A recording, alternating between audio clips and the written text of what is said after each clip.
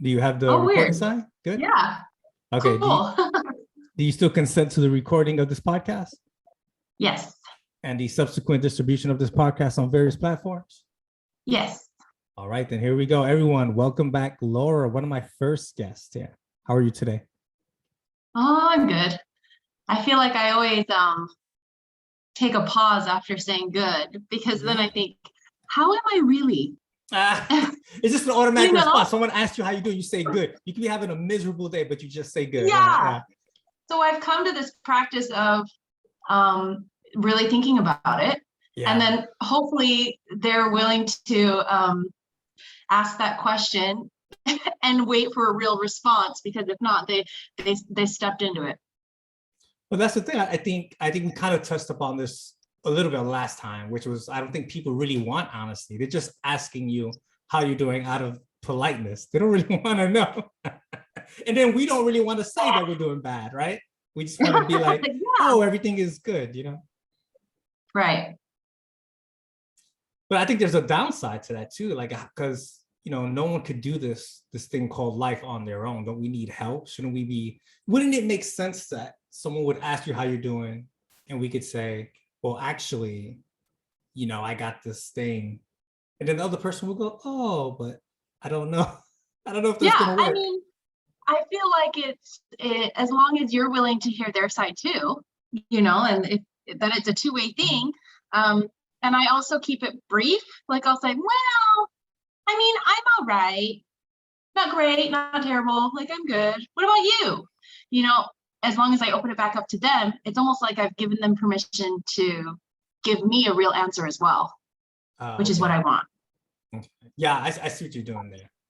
Yeah. I think that's a way to handle it. Yeah. I don't know. I wish that I wish people were better. I don't know if our human species is the best species on the planet. Oh, you don't know? I know that it's not. I know. Okay, well, yeah. Have you seen penguins? Penguins are great, aren't they? Yeah, they all Yes. snuggle up They're together and amazing. stuff. There are so many other species that are wonderful. And then you have ones like that eat each other. So, Yeah. we're doing all right. Yeah, I mean, I wonder what aliens think about because I don't know what things are like on other planets. But when they see us, I wonder what they think. Like, what are those people doing? What are those hairless monkeys doing? I think I think they probably are in disbelief about how we treat our planet. I think Yeah, that's a big one thing, one. right? Yeah.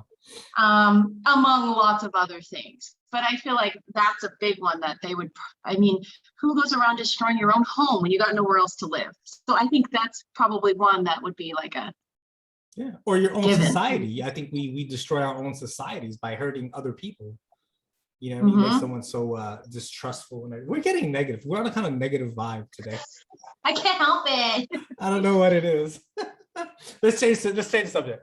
I wanted to talk to you about in general, just like creativity, podcasting and all that stuff. How are you doing with your endeavors and all that? How's it That's going? tricky. So my podcast has halted along with my whole life because we're going back stateside, Yeah, which, oh my gosh, like it's one thing to do a move within country, mm-hmm.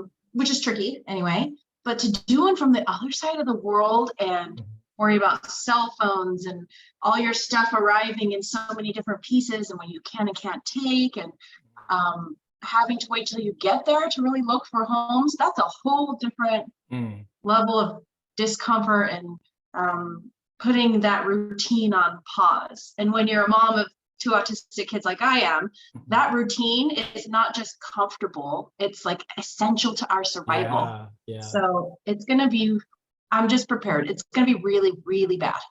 And then it will be okay. But it's going to be really bad for a while. Right.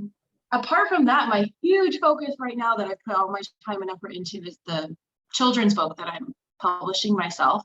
Tell me about it. Oh my gosh, if I had known what this process was going to be like, I may have rethought some things. Right. But I'm almost glad I didn't. I'm glad I didn't talk myself out of it because I really believe in this story. I really strongly believe in this story. So it's about my son. I use a different name on the book because if Good he idea. in the future wants to be more private with, how he presents himself to the world, I want him to have some anonymity in that. But being autistic, he experiences the world through different neural pathways than we do. Right. And we had this really wonderful experience here in South Korea, where we're at right now, where a stranger, I almost said strange, a stranger who was Korean just did this really simple act that totally made our day. And I was crying, and I was talking to somebody about this just yesterday. When you have a life that day to day provides a lot of resistance and struggle and difficulty, when people step in and do those little things that just, oof, and it doesn't have to be this big thing, but to you, it becomes this big thing. Like, he is a hero in our lives, and all he did was plug in a machine. But to us, it was this, oh my goodness, look what he did, and I'm crying. And the poor Korean man's probably like, I don't know what the big deal is, but you're welcome. So basically, there's an inflatable, those wacky inflatable arm play that you bend it. Yeah. Like, there was one of those. That's a good imitation of one. Thank you. I'm very skilled. There was one of those that was in the shape of a drummer that was on the way to my son's Korean preschool. And so every day to get him to get to school, because that was a fight. That was part of our routine. We'd say, oh, but the drummer really wants to say hi to you. Say hi to the drummer, and he's missing you. And I would do the voice because I'm a voice actor. So I would be in the front saying like, hello, Leo, how are you doing, my boy? Oh, I see you've got your backpack. Are you going to make good choices at school? Yes, oh, I'll be so proud of you. I'm exhausted. Like, doing that kind of stuff is so effective. I'm tired. Anyway, one day when we drove by, he wasn't there. And he was just completely, well, he was there, I should say, but we couldn't see it from the car. He was completely deflated on the side. And most people, that's like, but for us, where we depend on that part of the routine, chaos. So I somehow managed to get him to school that day and in the doors. And on the way home, we stopped by, and I actually took a video. I had said, you guys, we're by the drummer and he's not here, and we were worried, so we stopped by. And then as we stopped by, the Korean man who had unplugged to plug in his machine plugged him back in. And so for the first time, my son got to see the drummer in person. Also, he'd like, and then my son was just so excited and so happy. And he went from just lost, like he was so lost because that part of the routine, like, ants, like if you put something in front of a line of ants, they just kind of, well, what are we supposed to do now? Right. And they just, it's the same thing, at least at this point for my youngest son. So when there's something like that changes, it's just like this shutdown of processing information. And so he just sat down on the ground on the sidewalk next to the drummer and was like, poor guy, you almost fall down. And that's all he said. And it was heartbreaking and so sad and a little embarrassing. But this is the kind of thing that happens all the time with us. Right. Like, this is our life. And we have to prepare so much everywhere we go for things like that. So can you imagine what it's going to be like to get on an airplane? My heart goes out to you. I'll be praying for you. Thoughts and prayers. Yeah. So my time has been devoted to that, which it's one thing, and it's so needed to write fun, silly books for kids that are fun to read over and over again and lighthearted. This to me was so much more than that. It was using storytelling And I feel like I'm so much less of a writer and so much more of a storyteller, using storytelling to bring people into that moment with us. And at any point in time in the book, you are relating to any of the characters. You are relating to the drummer, who's also just been completely unplugged and lost his routine. And you are feeling for my son, and you're feeling for the mom who's panicked but trying not to show it. And the power that the Korean man had to just simply plug it back in that we weren't expecting. And what person do you relate to, and what person could you be? Right. Who do you identify with in that story? And at any point, it's any of them. Like, I relate to all of them. I know I've been in situations where it's not my son who's having some struggles, and I'm the Korean stranger, and I'm thinking, what? I don't want to point it out. Would it be worse to ask how I can help? What should I do? So I think we've all been there in one way or another, but to bring people into our story and bridge the gap that seems to be so confusing for people and not sure what to do, but bridging that gap with compassion and education. Another huge reason why I focused on this story was the current literature that is out right now, especially for kids and families, is very tell and not show. This is Jimmy. He has autism. He hates loud noises. This makes him frustrated. It feels like this for him, and that's needed, absolutely. But I think we're ready for the next step. And I think the things that connect us emotionally, not just intellectually, but emotionally to each other, are what are so much longer lasting, such deeper, longer lasting impressions. So I was really careful with how I told this story, rather than just informed the people of what being autistic is like. Yeah, it wasn't like a manual, it was a story. You had to come up with... haven't really seen that done. Okay. So I'm sure it's done. I'm sure it is, but that was a huge thing for me. And are you finished with the whole story? So the story is done. I've recorded the audiobook. I had to re-record it after the edit, which is fine. It was a good edit. And the illustrations are basically done. It's being formatted right now. And then after formatting, we're running a Kickstarter. I don't know if you happen to know what a Kickstarter is. It's like it's kind of like GoFundMe, except for small businesses, including printing and publishing.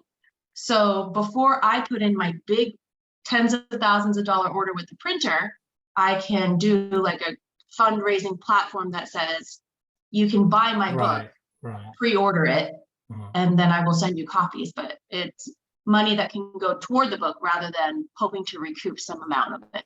So that will be in January, and we'll see. We'll see how that goes after a move across the world. And piecing my life back together. We'll see how that goes. I think you'd be okay. I mean, sometimes we work ourselves up too much, and then we go through it, and it's not half as bad as we thought it would be, you know? Well, and sometimes the anxiety that you give it is worse than the actual experience. Yeah, and we need those things. We need to go through those things as children, as parents. Well, I look at it more as a parent, right? We need to go through those things with our kids, because for me especially, let me not just generalize for everybody, that I need to know that my kids and that us as a family can go through those things, because perhaps maybe I'm not going to be here all the time. Like I need to know that my kids can go through adversity and make it through the other side and be okay. That's true. Ooh. Oh, that makes me anxious even to say. I totally believe what you're saying. It's hard to feel it, because every part of my mom body wants to prevent, you know? And I think even more so because of my kids' huge, intense reactions to undesirable situations. I'm just so used to looking ahead and preventing, but increasing their tolerance and capacity for struggle, like you said. is super important. Okay, you win. It's important. I'll try not to be so anxious. My wife is the same way. I think that, and a lot of people don't want to hear this, but I think that sometimes when we talk about the family dynamic of having, the father and the mother, that maybe that's how it's designed. Maybe the mom is supposed to worry more, and be a little bit more nurturing and caring, and the dad's supposed to be like, well, maybe not toughen up. You know what I mean? I don't know. Maybe that dynamic is very important. I Just to think be exposed to that. kind of the roles that people take on in their relationships, like I need to reach a good balance. Like overall, if I know if I have this question, I want to bring that to mom. And if I have this request, I know it's something I'd rather have dad address. But overall, for the kids, that they're getting that balanced approach, and that on some really concrete, important things, that the parents are on the same page. Yeah. I think that makes a lot of sense. But I'll tell you, there are some where even as the female nurturer, I am much more like, nope. Right. No, for certain things, right? You're not always. And then flip-flop, Yeah, it's true. It's true. It's 100%. Yeah. It's But like it's like the yin yang. When you have that white part of the yin yang, there's black inside the white part. And on the other side, where it's mostly black, there's a little small white, because no one's 100% anything all the time. Right. Depends on what's going on. Yeah.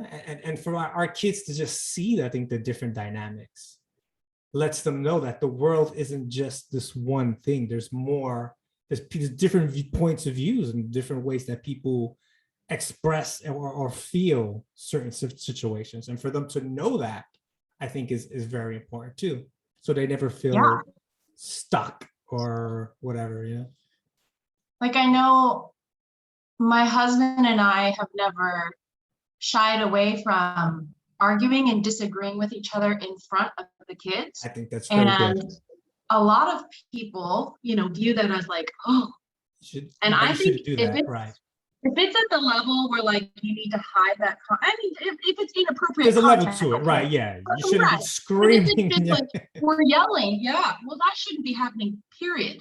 So if you're reaching this point where like we're so verbally aggressive at each other that we shouldn't be doing this conversation in front of the kids, like that's a bigger problem than just in front of the kids or not. But showing that absolutely that we can disagree with each other, that we can get frustrated, but that we can still hear each other, and that still be on the same team. Yes. I was gonna say, we're still working toward how can we come together on this? Like, you're right here right now and I'm right here. How can we bridge that gap rather than I'm right and you're wrong? And then we usually take some time after, like I'll pull, my youngest can't quite get it yet, but I'll pull my oldest inside and say, did you hear how dad and I were disagreeing about this? Did it sound scary? Well, it's okay to disagree, and people disagree all the time, but we both want to keep in mind that we're partners in this. So how can we move forward together, even if we disagree? And he's always like, no, it makes sense. I mean, look at what's going on today in the media with all these like cancel cultures and all these things. Like, people can't disagree. Can't two adults have a normal conversation about like, okay, so you believe that, that's fine. I believe something else. Right. You don't have to get me fired, or someone doesn't need to go to jail or whatever, like it's okay. And most families are like that. I don't know your family, but my family, there's people with all types of different views.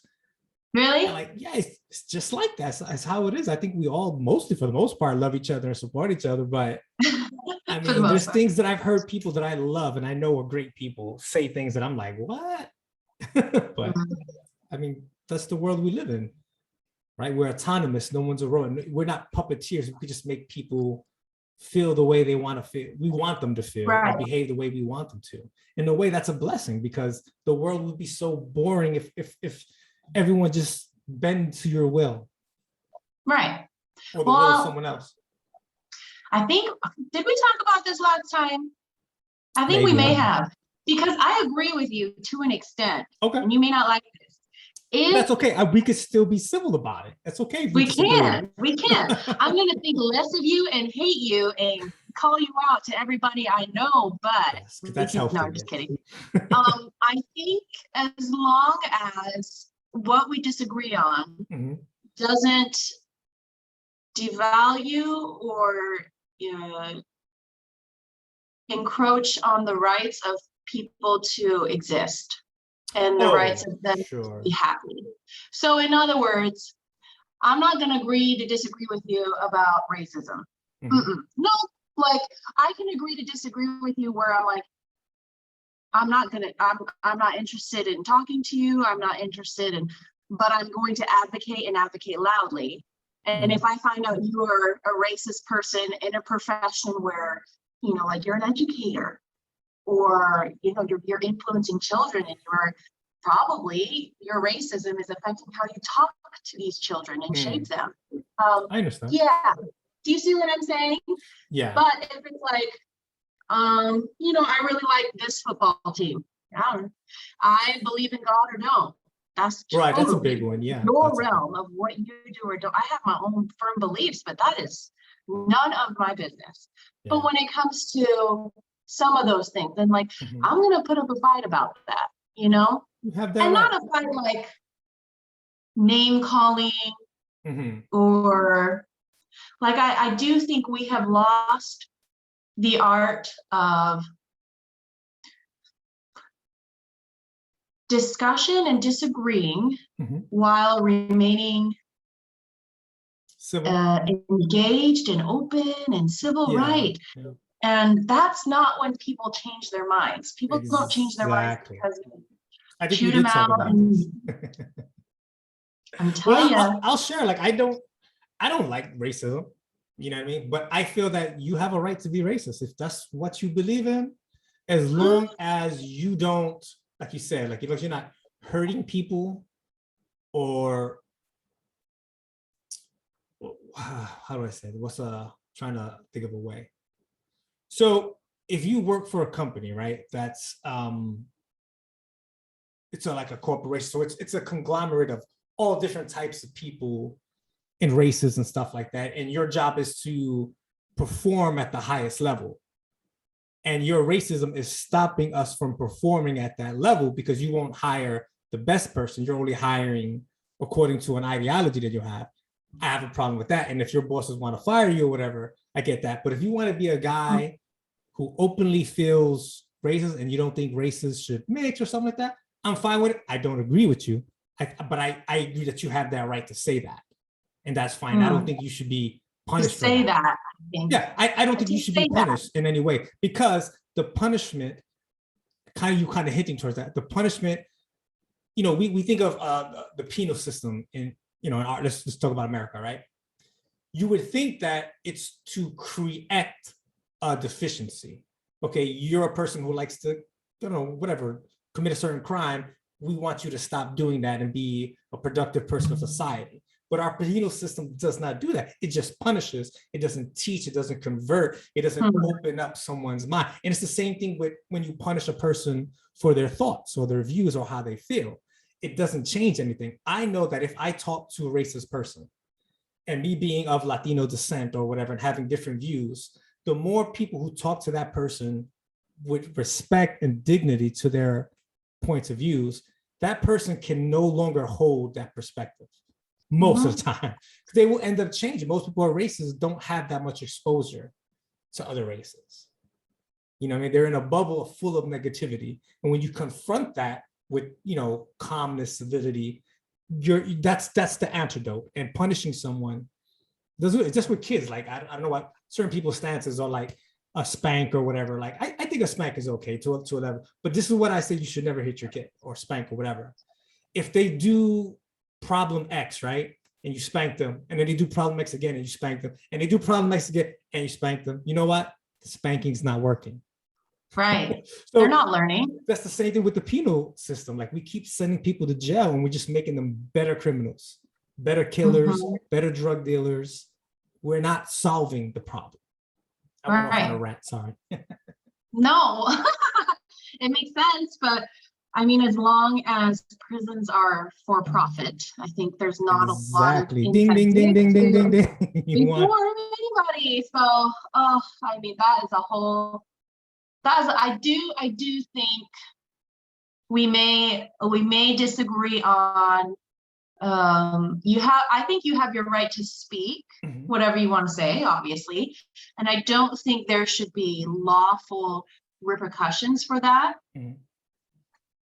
But the societal natural consequences, who wants to associate with you, who wants Yes, to have you working on their team, true. who Very true. wants to have who wants to employ you, if they know that they're looking into hiring you and they find out that you have some racist points of view, they're probably going to be like, it's not an attempt to punish you. I don't want to invite that onto our team or Yeah. as And you have that representation of right. our company. Yeah. So I definitely agree that it shouldn't be a matter of law, and that Mhm. that just further continues the cycle of, well, I'm just oppressed and people are attacking me for my views, and Mhm. then they get stuck more on the law that they should be allowed to say it fundamentally. Mhm. But if I think people, especially with mask mandates and vaccine things, Well, that's I a big think one. people Yeah. are starting to get a little confused about natural societal consequences that aren't legal, punishable by law. They're just Mhm. saying naturally in society, if you choose this, these are some consequences of that. Mhm. Versus, this is the law, Mhm. and you will go to prison if you violate these laws. And I think some people are saying, Yeah. oh, if I can't go into that restaurant, then you're breaking the law. You have some No, sort you're of no. prejudice against me or something like that. Yeah, that it's a lot of people I've seen have been relating it back to like segregation, Uh-huh. times, and That's kind of a some leap, people have but okay. been like, I don't know, I don't think Yeah. not quite the same. But I think Um, that, so let me just jump in a little bit and then you tell me what you think. I think that the issue is like with the racist person, right? Like I said, as long as I'll talk to you, I'll be friendly with you, and maybe even be friends. As long as you don't attempt to get me fired, hurt me, hurt anyone that I know or love. Because I think that, like I said, talking to someone, it could change someone's point of view by me being a minority talking to someone. But the thing is, in that scenario with the COVID, me just talking to you might end up killing me or someone else because you're not wearing a mask or you're not vaccinated or something like that. Like I said, so my line is that, like, you can't hurt either your rights or your rights until your rights hurt other people. right. You know what I mean? That's kind of the thing with that. No, I agree. And we talk about we don't really think it's infringing on a drunk driver's right to drive To drink and inebriated. drive, yeah. We still fear them. Yeah. But even if we've taken all the proper precautions of seatbelts and our airbags work and our cars are in working order, other people can still affect our health. We can still Exactly. get COVID and pass it on to people we love, even with the vaccine. It's just Yeah. the effects are Yeah. less, which is Yeah. great. We have a higher rate of hopefully coming out of it okay. But same with smoking. People Yeah. will say, "Oh, that's segregation. You can't keep me out of smoking in a kid's face. Like that's Right. just Right. personal." And it's like, no, it's bad for their health. You can choose to smoke, but here's the designated smoking area we created for you. So you need to be there, or you can smoke on this time and this time, not at your job, not. And it's hard for me to deal. It's hard for Yeah. me to deal with. It Freedom, makes freedom, it makes me nervous. independence, all these ideas, democracy. These are major, major topics that there's no right answer to any of these things. But it's important to talk about them and, you know, Right. uh, hear other people's opinions and views and be respectful about the whole Right. thing. Well, and then anytime someone has said to me, I don't believe that, that's ridiculous. In my head, I might be saying, listen, you idiot. Blah, blah, blah, blah, blah, blah, blah. But I know that will get us nowhere. and it's not respectful. So I might have that Yeah. natural reaction in my head that is unkind. But as far as what I present to you and bring to the table and how I will engage with you is I will hear you and I will say, I have a hard time understanding that, but I hear what you're saying and I respect what you're saying, but I don't agree. I'll share You know, like, something. yeah, go I'll ahead. share something that me and my wife do. We go around, we meet people, we talk to people and stuff like that. And we kind of have that reaction, like what you're saying, but we have it in private, just, me and my wife talking about, did you hear what this person said, what they're thinking, and blah, blah, blah. And then all the time we go, yes, but what do you think they say about us? That's true. That's true. It's a great way to look at it, because we think And I someone is crazy. like, they might think we're crazy. I feel like that should be fine. Yeah, I don't exactly. think people can always have good thoughts about every other person. I think they can work through a perspective. Like usually when I think unkind thoughts about somebody, I'm like, listen, you idiot. It's usually followed with, I'm sure so much of this is attached to how they grew up, what their parents were like, what their economic thing was, what opportunities they had in school and who they've known. And, we're so much a byproduct of ourselves and our efforts, but also of our upbringing, our communities and things we had no control over. Yeah. So, I mean, let people have their opinions. That is their thought. Like you said, we have our own too. I don't know why we don't admit it. We do. Yeah. It's just not something we need to share. Share with your wife. I think people, especially from generations older than us, used to have a lot tougher skin. They just didn't, these things didn't bother them. And you know what, I think it's funny because I think we've made society very easy. Like, you don't have to go hunt. You don't have to go grow your own food or like whatever. There's doctors, there's medicine, that somehow we need something psychologically to like bother us. Something to be mad about or something. I don't know. I don't know if you think about that. Something, because I always say this to people, like if the world was perfect and you had everything you ever wanted, there's no reason to get off the couch. You would just wither away on your couch. So we sort of need something there to like make us move, challenge us, and you know what I mean? Yeah. Well, there's that quote that the way trees grow deeper roots is when they're met with wind and resistance. Then they bury their roots longer and deeper. Oh, I like that. But which is true.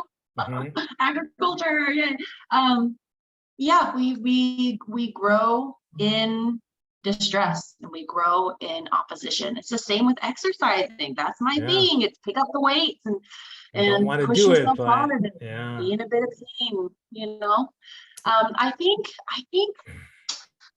I think what's hard is finding that balance between having a tough skin and also feeling your feelings. How can we do both?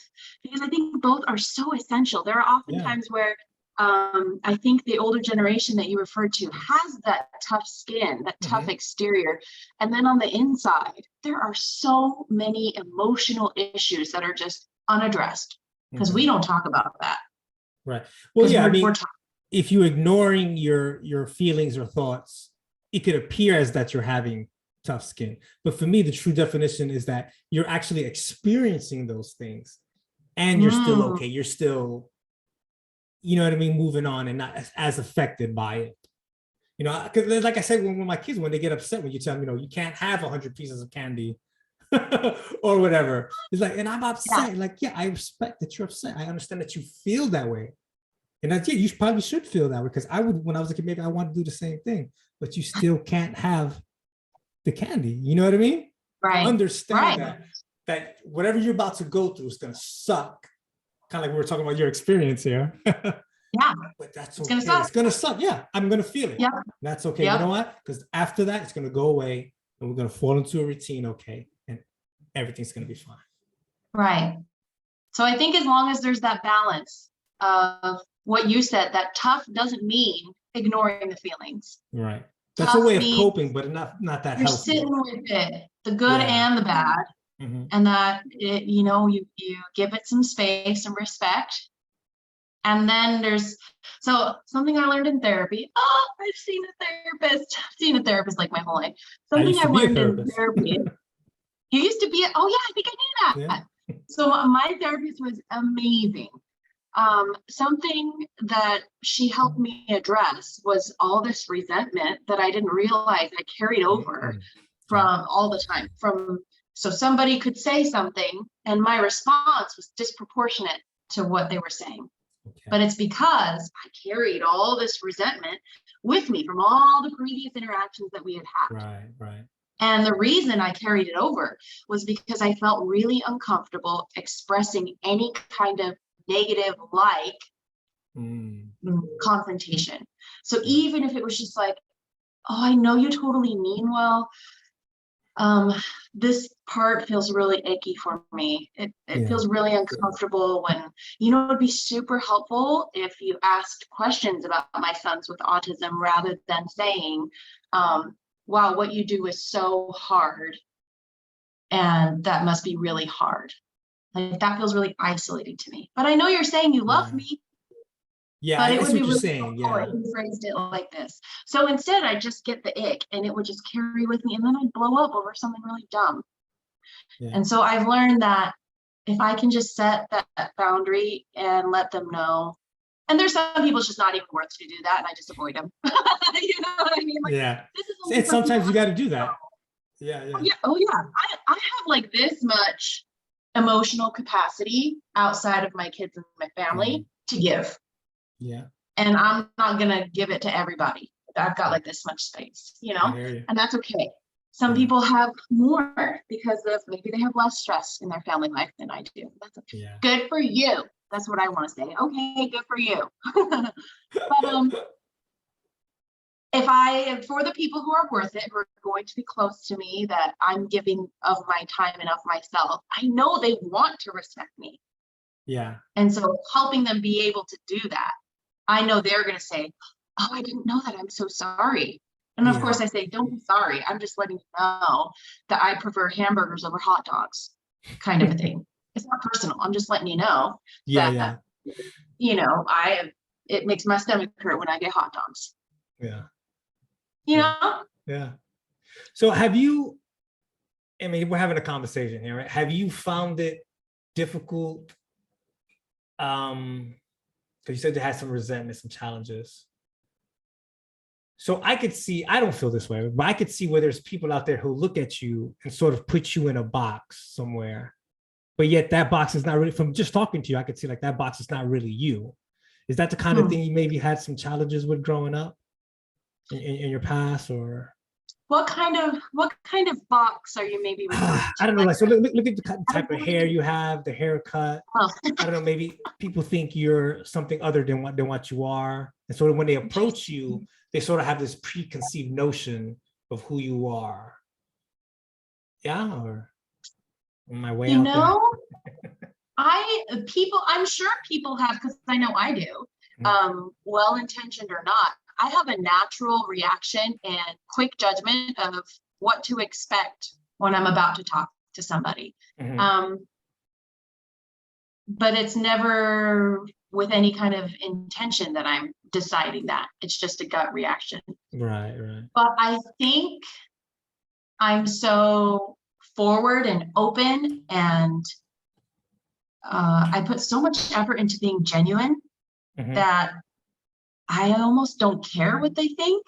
Mm. And when you don't care, you're not stressed about changing their mind. And you're not stressed Okay. about, oh, I need to make sure they understand this about me, that I'm not just Right. this category or this box. I'm this. It's like, Uh-huh. I don't, if they want to think that, like, Yeah. I don't think they're correct, but I don't care. I've had issues, I think, with identity, like asking myself, I think mostly everybody, I think if you have a brain, you would ask yourself, who am I?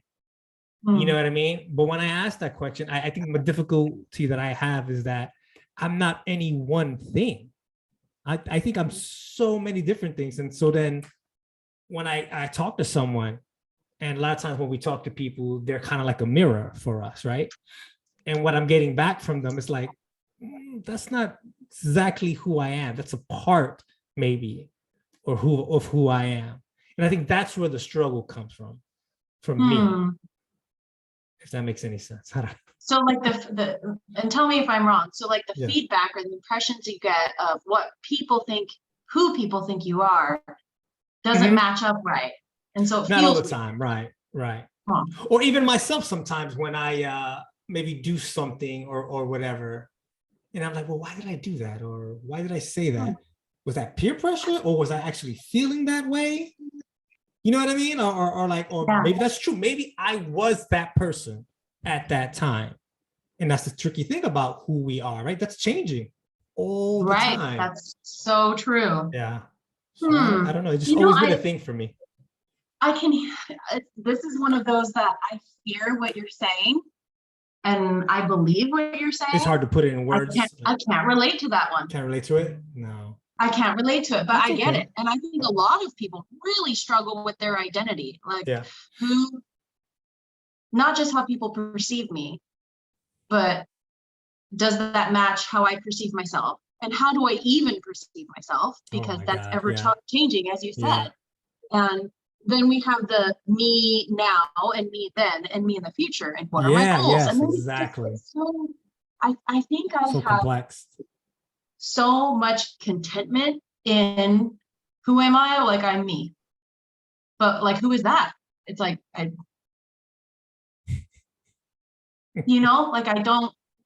Yeah. I can understand other people's need to, but Mm. I don't personally feel that need to like write that down. Like if I had to fill in the blank about stuff like that, I'd just be like, no, I don't know. I'm Laura. Yeah. I Lots think of a part, lots of crazy things, I think a part of it for me is that I want to know, like, I want to have a steady picture sometimes in my head of what something Hmm. is. That kind of helps. Like even like when you write or you do something creative, you're heading towards a direction for something. And for me as a writer, I don't know that the story I thought out in my head is actually the one I ended up writing, but I'm heading Oh, towards something, a thought, a feeling, or something. And I think maybe that's part of life too. That like you said, there's three different things. The past, the present, and the future.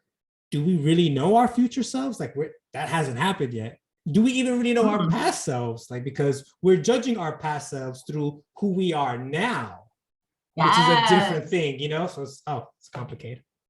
Oh, but I was just telling my sister today that all growing up, I saw therapists through my whole life, not because I had terrible behavior problems or anything, but I was just really sad and down and felt icky. And I couldn't, but I performed well and I smiled and I was very nice to people. I was very people pleasing. Mhm. And now that I'm on the other side of it, I have literally been depressed my whole life.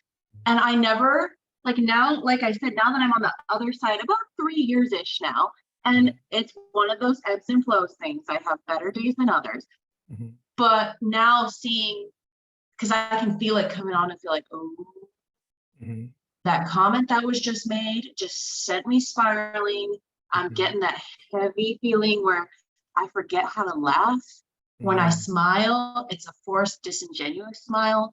I don't remember how to have fun. I don't remember how to play. Oh, Everything is forced. And I yeah. realized only, that's what that whole thing was all growing up. And they Yeah. kept trying to explain, my parents, who I'm so grateful we have more information now, Yeah. Yeah. but my very Exactly. well-intentioned, loving parents who brought me to professionals as much as they could, and the professionals then who only had the information they had then, would Right. just try to figure out why. You haven't experienced any great trauma, you weren't Mhm. abused in any kind of way. Like, Right. why are you not happy? And I was like, Because you were trying to so please one people of all the the time? Was conclusions that was, what you were struggling with that? I thought you said something like that about trying to please people or yeah. So, and now that I look back, I can see that I've always been depressed. mm, And I could feel,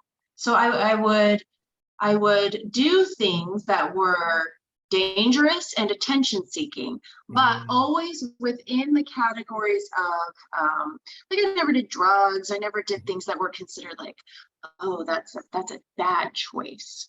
But I always was more tempted on the other side of things, where like I'd hurt myself.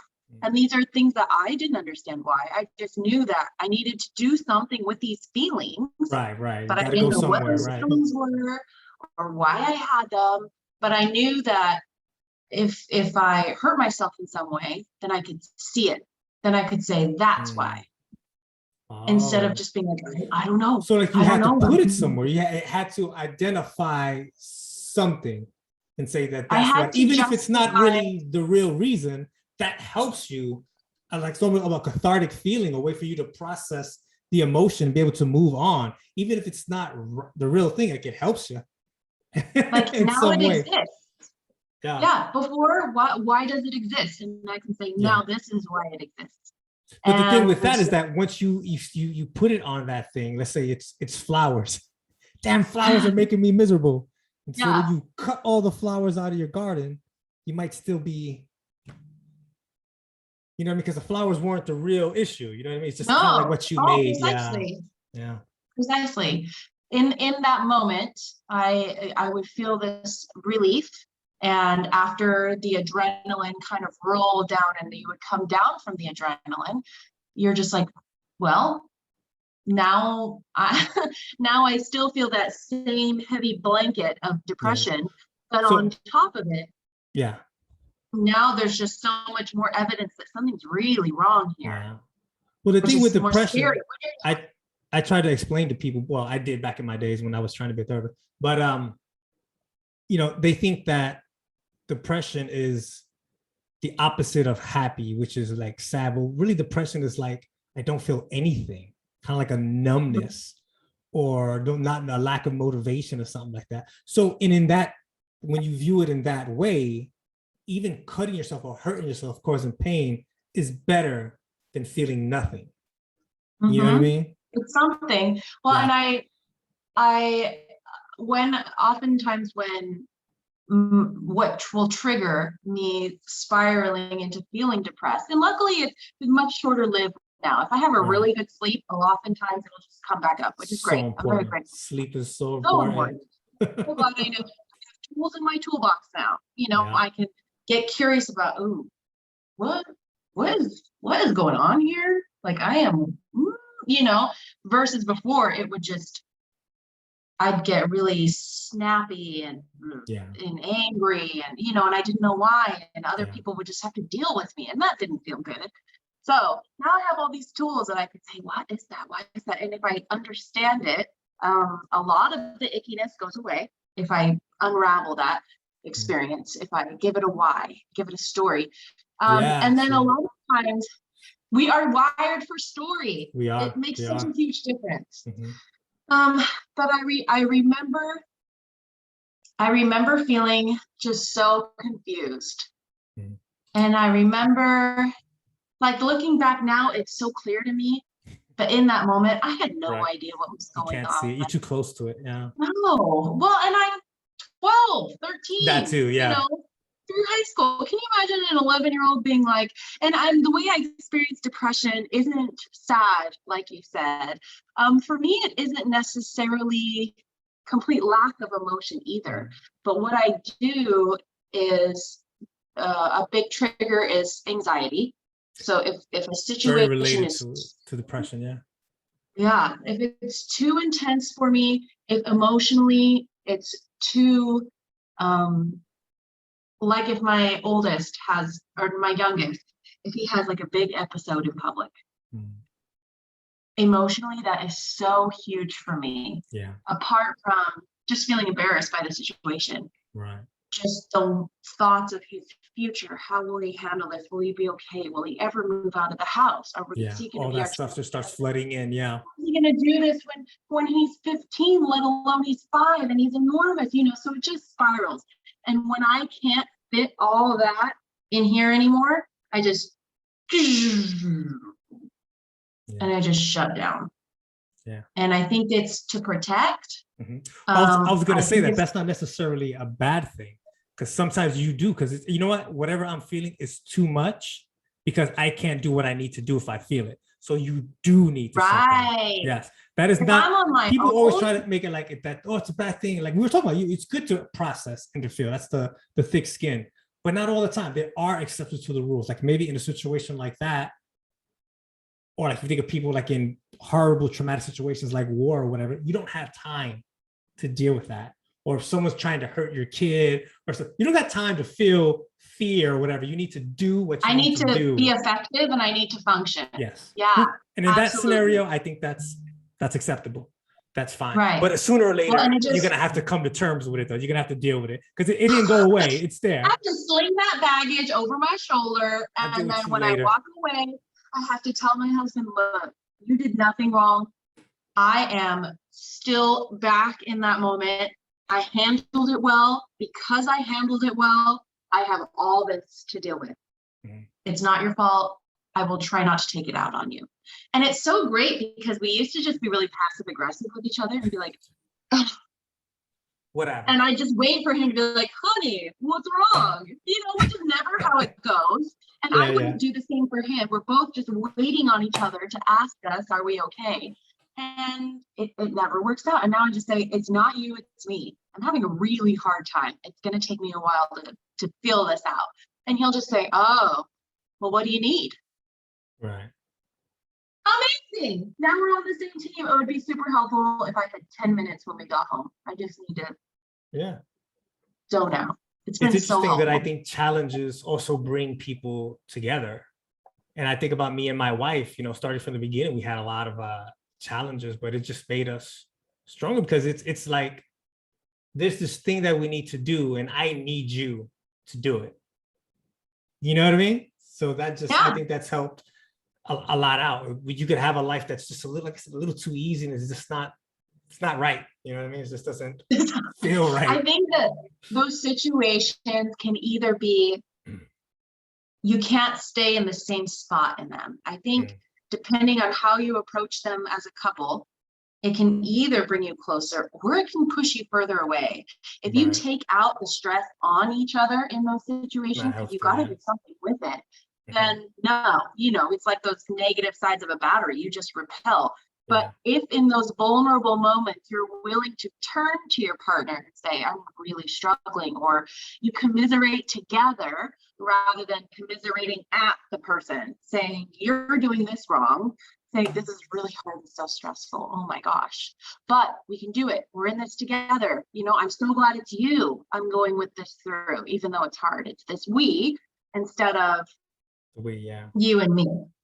Yeah. And because I feel like there have been times in our marriage where we've approached it one way and we've approached it another. Yeah. And so much more lately, after we have both gone through therapy, it's so much more this way. Yeah. And that has been it takes commitment too. You need people, both people need to be committed to that having that mutual goal. Yeah. And that can be tricky. You can't make someone care. No. Or know that that's how you care, you know? Yeah. That's a good spot to end it, I think. That was pretty good. What do you think? Yeah. All right. Thank you for coming on, Laura. Just talking about your mustache, and now we're talking about, I don't know, climate change and everything. Come on again, please, okay? Talking to you. Okay. Yeah. Thank you so much. Yeah.